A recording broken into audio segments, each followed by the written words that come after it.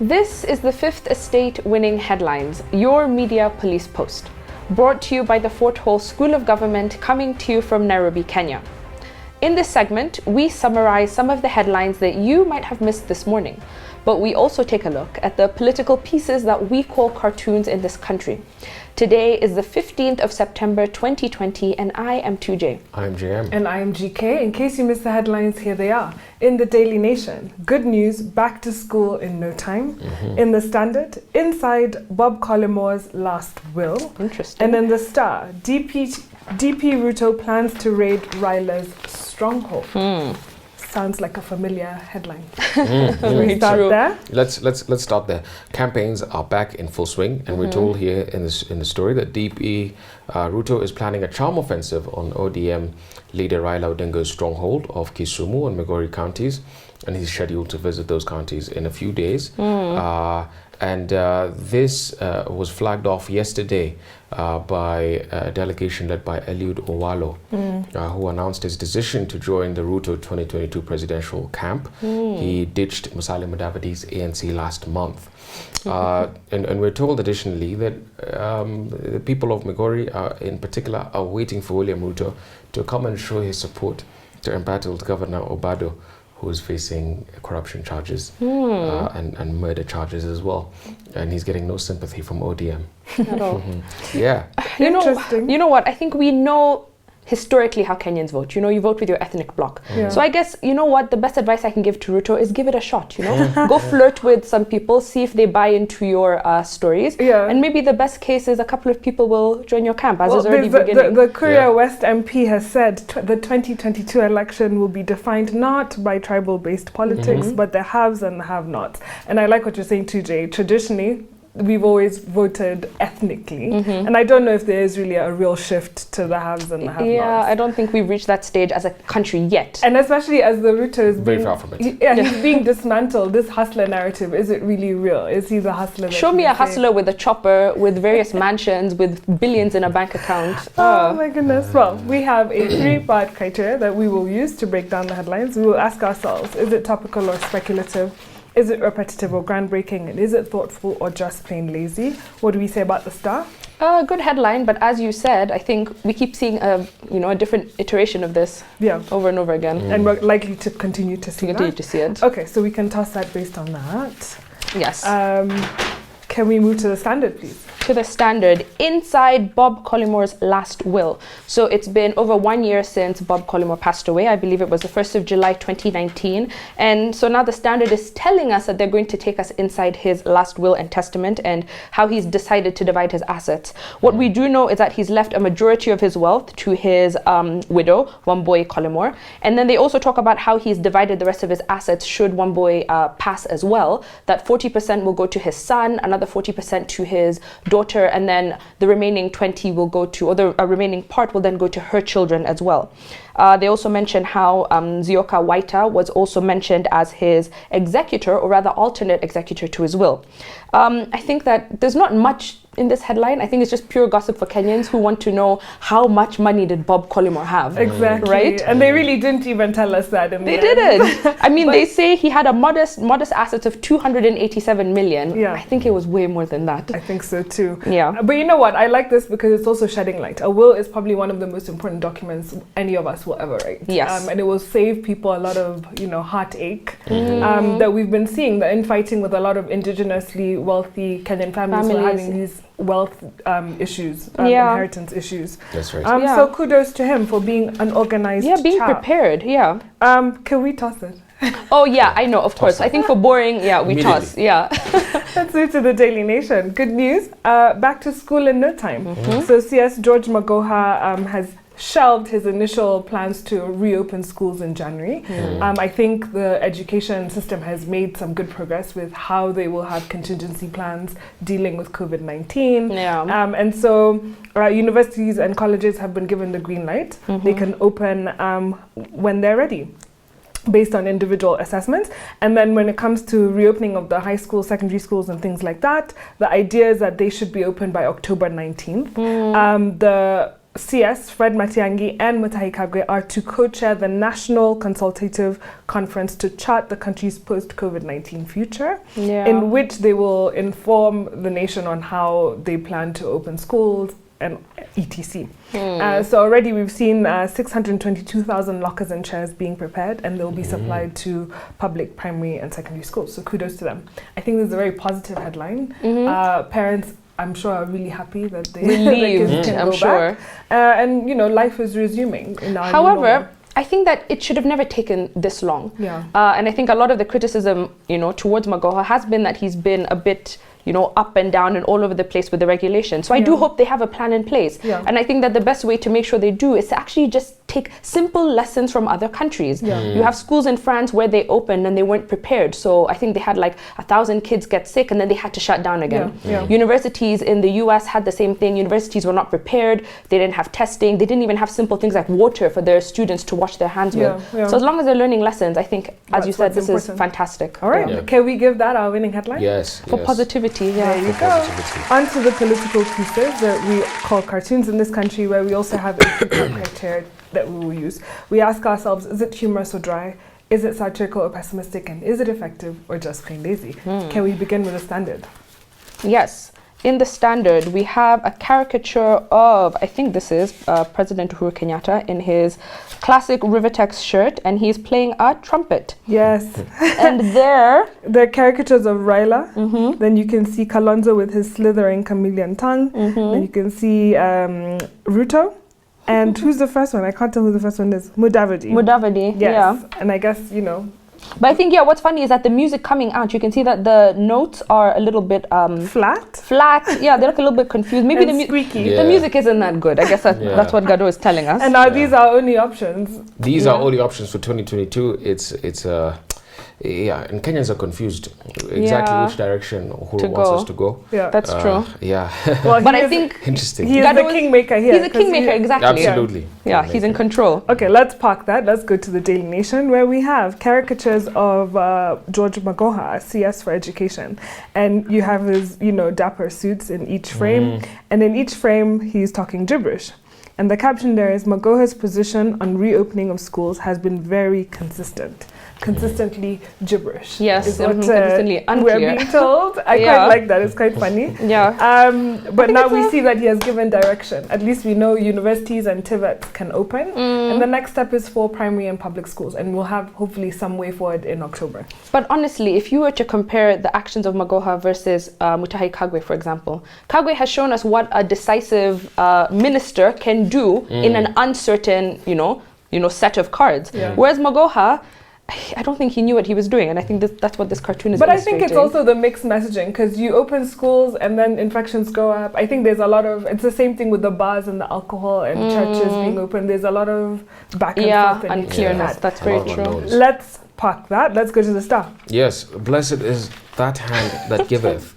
Blessed is the hand that giveth. This is a bit of a confusing cartoon. It's got Ruto amputated. His legs have been cut off, and you can see there Uhuru holding one leg at the back and handing over the other leg, and then Raila is in front of Uhuru, scratching his head and wondering what's happening, and behind Ruto is the boda boda, as well as the money that he's holding onto. So maybe this is speaking to how Ruto's powers have been clipped. He's now officially not really part of the official government business. Yes. We've been told that by many people. And so that's perhaps what this is speaking to, but he nonetheless will continue to give money, church donations, Thursday events with hustlers, and so on and so forth. And I think that's the idea, that he's saying, blessed is the hand that giveth, you know. And I think they were referencing how Raila Odinga had questioned his sources of money. Where are you getting this money that you're, you know, supposed to be the blessed one giving it to others? I don't know. I don't get the legs thing. No, is it that, as JM was saying, that it is Uhuru who cut off his legs? That but is giving him one back? Throwing him a bone? Okay, guys, I don't get it. Who do we... Okay, can we toss the stuff for confusing us? Toss it for confusing us. So it's between Magoha's gibberish and Uhuru's trumpet. I give it to Uhuru's trumpet. Uhuru's trumpet, me too. Man in control. Yep. Okay, there you have it. The Standard gives us our winning cartoon. And now for our final thought, but before we get there, please remember to subscribe to our YouTube channel. And now our final thought. Today is inspired by Crude Nation, How Oil Riches Ruined Venezuela by Raul Gallegos. And if you remember, this week's theme is how to build a nation, or rather what goes into nation building, how it works, whether it should be pushed by external factors or internal factors. And today we turn to Venezuela. So the Renaissance Caracas La Castellana in Caracas, Venezuela, was one of the most expensive hotels in the world. In January 2015, one night in a standard single bedroom cost 9,469 bolivars, or $1,500, calculated at Venezuela's top exchange rate. But in reality, it's not actually that simple. At the country's second exchange rate, the hotel room went for $789 a night. At another third exchange rate, the hotel room went for $190 a night. And that $190 should actually have been the real price of that hotel room. And having dinner in this hotel was equally mystifying. At the hotel restaurant, a plate of tandoori chicken was 520 bolivars. In US dollars, that also depends on which exchange rate you use. It could be $83, it could be $43, or it could be the more realistic $10. But the puzzle actually doesn't end there. The author recounts how he stayed at this very expensive hotel for 3 weeks. But the only difference is that he managed to exchange his dollars at a fourth and final black market illegal exchange rate that he negotiated in secret. So he paid, instead of the $1,500, he paid $53 for his room. And instead of paying $83 for a plate of that food, he paid $5. And this is the reality of Venezuela. It's a country where the dollar can have 4 different exchange rates and 4 different prices depending on where you live. And where it can also be the cheapest and most expensive country all at the same time. And the story of Venezuela is one of Latin America's most tragic stories.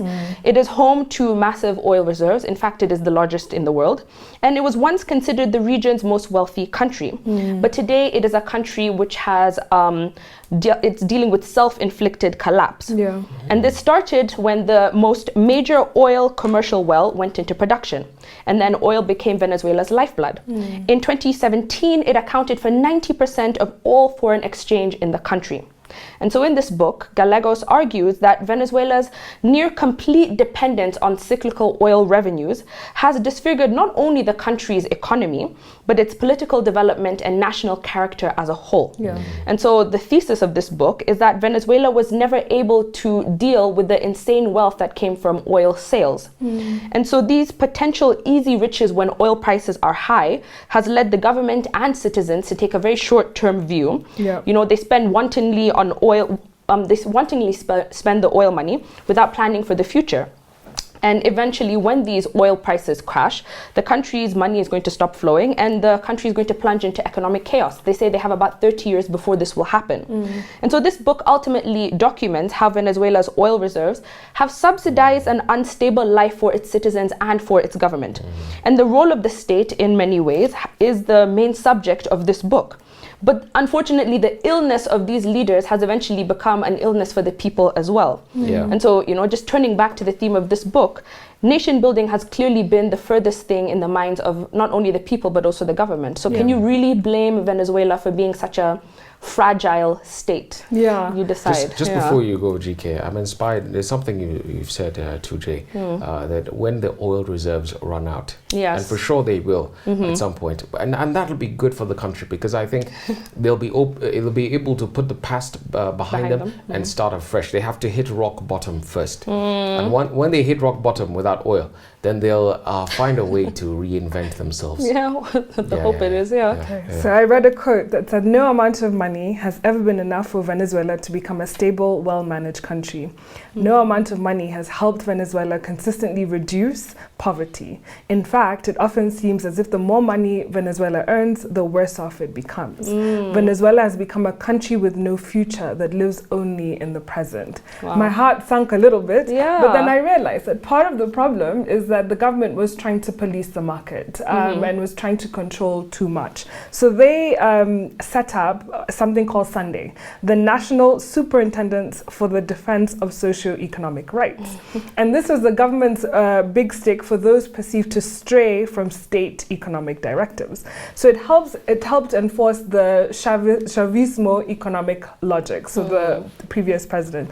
And its job was very ambitious. It was to regulate Venezuelan consumption patterns, keep an eye on the cost structure of companies, and fix the maximum profits that a company could earn at 30%. Gosh. Now you would ask, how do you determine what my costs are? And it's the government that determines it for you. And so they asked the question, for instance, if you're an international airline, what's your cost of production? Should you bill the cost of the plane? How do you account for depreciation or currency risk? Or say you're a novelist and you're writing a book. What's the cost of writing your book? And the government comes and decides what it is. And the crazy thing about this whole thing was Sunday was equipped with people who hadn't even learned economics or business. They were very low-level jobs, and they were being called people's inspectors or the fighting cells. And they would check every step of a product's journey from when it arrived at the Venezuelan port to when it got to the supermarket shelf, through the distribution chains. And the idea here was basically to check whether a company was hoarding too much. So for them, the hyperinflation and the weird exchange rates, the 4 exchange rates you're talking about, had no rational economic explanation. For them, it was capitalists and rich people trying to distort and take away from the poor. So Sunday's job is basically to police private sector business, which I think has worked against Venezuela in many ways. In fact, someone summarized the work of Sunday as the economic war that the parasitic bourgeoisie has declared against the people to continue building Bolivarian socialism of the 21st century as an alternative to the savage and destructive capitalist system. So they went from Chavez's philosophy of being rich is bad. When you're rich in Venezuela, you're a big suspect. But the only way around this, interestingly enough, is if you don't say anything that is anti-government. So if you're pro-government and pro their political goals, Sunday will stay away from you. The inspectors will not come to your office. So what's interesting as well that I emerged from this book is the story of capital flight. So Venezuela has some of the richest bankers and banks on Forbes lists internationally. But inside their own countries, they're very fearful of sort of doing business if you're on the wrong side of the political divide. And so a lot of investors who had successful businesses ended up closing up when state enterprises come, or rather the president decides that it becomes state-owned because they think you're doing something illegal, such as hoarding too much stock, which then distorts prices, things that we practice today in economics and business. So many believe that Sunday's role is to find people to blame for the country's economic sort of failings. And I think that has been an issue for Venezuela. So you don't build a nation by trying to police private sector in this way. I think it works against you. Completely. I'll speak about how not to build a nation, and this is about the mango management phenomenon in Venezuela. So let me break it down. So the author describes the appalling short-termist culture in Venezuelan politics. And the term mango management comes from a mango incident which took place sometime in April 2015. And so a lady by the name Marlene Olivo hit Venezuela's president, Nicolas Maduro, on the head with a yellow mango. Olivia was attending a political rally where the president made an appearance, driving a red bus with the window open. And he was waving, and as he made his way through the packed crowd, she threw the fruit at him, struck the president right above the left ear, and got his attention. Now, it turns out that the 54-year-old citizen was desperate to obtain one of the government-built homes that both Maduro and his predecessor Chavez had been constructing and had been giving out for many years to thousands of poor Venezuelan families practically for free as part of a grand housing plan, a populist plan. Speaking on TV a few days later, Maduro addressed the mango incident in a national televised appearance and said his aides had called Olivo on his behalf. And he said, and I quote, Marlene had problems with her home. I have approved it as part of the program, program, and told Olivo, you now have a new apartment. They will give it to you in the next few hours. Wow. So on account of hitting the president with a mango on his head, she got a house. Got a free house. Yeah, absolutely. Kenyans, take notes. Do not hit your president with a mango. Too intense. So when Olivo spoke to the press, she explained that she used a mango because that's what she had in her hands. That's what came in handy, because she didn't have a paper at the time to write the president a message. Yeah. Wow. And in fact, it turns out that same day, the president received more than 4,000 pieces of paper with all kinds of petitions, requests for favors that followers gave to his very close assistants to pass on to him, in the hopes of getting help paying for medical treatment, getting a home, an apartment, getting a job, that kind of thing. Wow. And so that patronage culture, we're told by the author, has really been cultivated by Venezuelan politicians, and especially the presidents, to allow them to exercise greater control. They do policy making on the whim. Some of those bodies, like the ones you mentioned, GK, Sunday, they were literally just carved out in a moment. And because they can manipulate the budgets from the oil revenues, funding is not necessarily a problem. At least in the past, it wasn't always. So rather than craft long-term development programs, Maduro and his predecessor Chavez have typically run the country by shifting their focus from one emergency to another, responding to the needs on a short-term basis to maximize that popularity. And under Mango management, politically popular spending, we're told, is more important than investing in infrastructure and basic services. Yes. So say no to mango management. Say no to mango. Say no to mango management, absolutely. So on a day where we had a winning headline from the Daily Nation and a winning cartoon from the Standard, I want to leave you with this. Sometimes our leaders have good intentions, but they don't often manifest in that way. So there's a phrase from Hugo Chavez. He says, "Give me your crown, Jesus. Give me your cross, your thorns so that I may bleed. But give me life, because I have more to do for this country and these people." So heart was in the right place, but actions, not so much. Not so much. Have a lovely evening. Please remember to subscribe to our YouTube channel, but also find us on TV. We're on GoTV, Pang Free to Air, and Star Times.